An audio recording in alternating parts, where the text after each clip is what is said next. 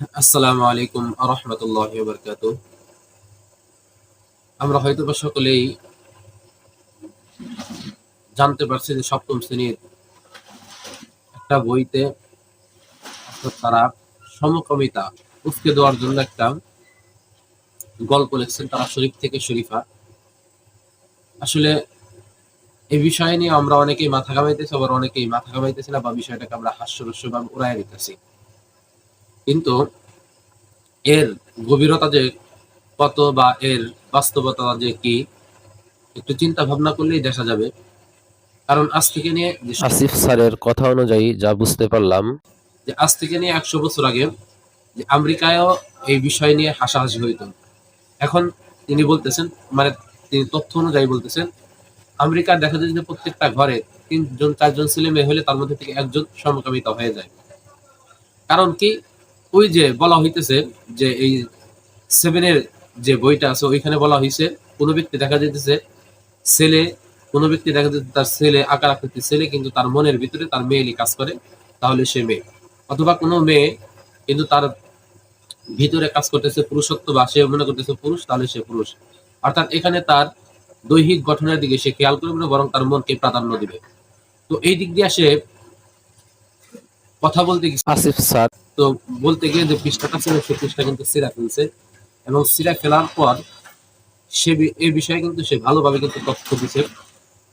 কিন্তু ঘটনা হইল কি, যে আমরা সত্য কথা বলি যখনই আসিফ স্যার সত্য কথা বলছে, তখনই দেখা যাইতেছে এই সত্য কথা বলার কারণে তার কোনো না একটা কোনো বিপদ হইতেছে।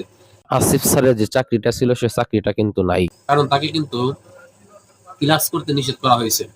তাকে বলা হয়েছে যে সে যেন ক্লাসে না আসে। তো এই দেখেন, ক্লাসে না আসার মানে কি, তার হয়তো বা চাকরি নাই।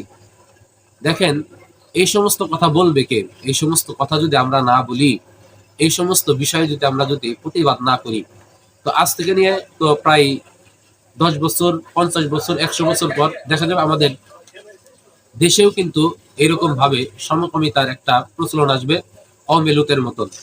দেখেন, আমরা এর যদি প্রতিবাদ না করি, তো আমরা এটাকে ডাইকে নিয়ে আসতেছি। আর সবচেয়ে থেকে বড় কথা, আমাদের বাংলাদেশে কিন্তু সমকামিতার কোনো বৈধতা নাই, বা এটা রাষ্ট্রীয়ভাবে কিন্তু এই ব্যাপারে সমর্থন করে না।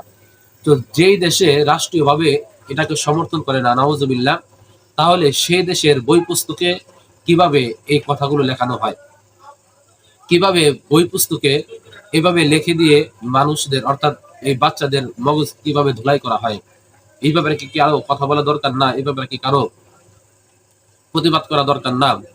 আমরা যখনই দেখা যাইতেছে, আমরা যদি কথা বলতে যাই, তো দেখা যাবে আমাদের চাকরি নাই। আসলে বাস্তবে দেখা যাইতেছে তার চাকরি নাই। কিন্তু জনসাধারণ যারা মানুষ আছে, যারা কোনো কিছুর ভয় করে না, কেটে খায়, অথবা সামান্য পরিমাণ তাদের বুঝ আছে, তারা কিন্তু এই বিষয়ে কোনো কথাবার্তা বলে না। তারা এই ব্যাপারে চুপ হয়ে রয়েছে, এবং তারা এই সমস্ত বিষয়গুলোকে হাসির সাথে উড়াইয়া দিতেছে। আসলেই দুঃখজনক বিষয়। আমরা যদিও আজ না বুঝতেছি, কিন্তু এর মানে কুফল আমরা 50 বছর পর গিয়ে আমরা পাবো। দেখা যাবে আমাদের বাংলাদেশের মধ্যেও ওই আমেরিকার মতন এরকম সমকামিতা শুরু হয়ে গেছে, যে কারণে কওমে লুতকে আল্লাহ তাআলা ধ্বংস করে দিয়েছিলেন। ঠিক ততরূপ ভাবে আমাদের দেশকেও আমরা ধ্বংসের মধ্যে ফেলে দিতেছি, আমাদের সন্তানদেরকে আমরা ধ্বংসের মধ্যে ফেলে দিতেছি। তো আমরা সকলে এই ব্যাপারে প্রতিবাদ জানাই, আমরা সকলে এই ব্যাপারে সচেতন থাকি এবং সতর্ক থাকি। আমরা আমাদের সন্তানদেরকেও আমরা এই বিষয়ে সতর্ক করি, এবং বিশেষ করে যারা শিক্ষক শিক্ষিকা আছে, যারা আমরা এই বিষয়গুলো দেখেছি, আমরা ছাত্রদেরকে অবশ্যই ইনশাআল্লাহ ভালোভাবে বুঝিয়ে দিব। আল্লাহ তাআলা আমাদের সবাইকে তৌফিক দান করুন।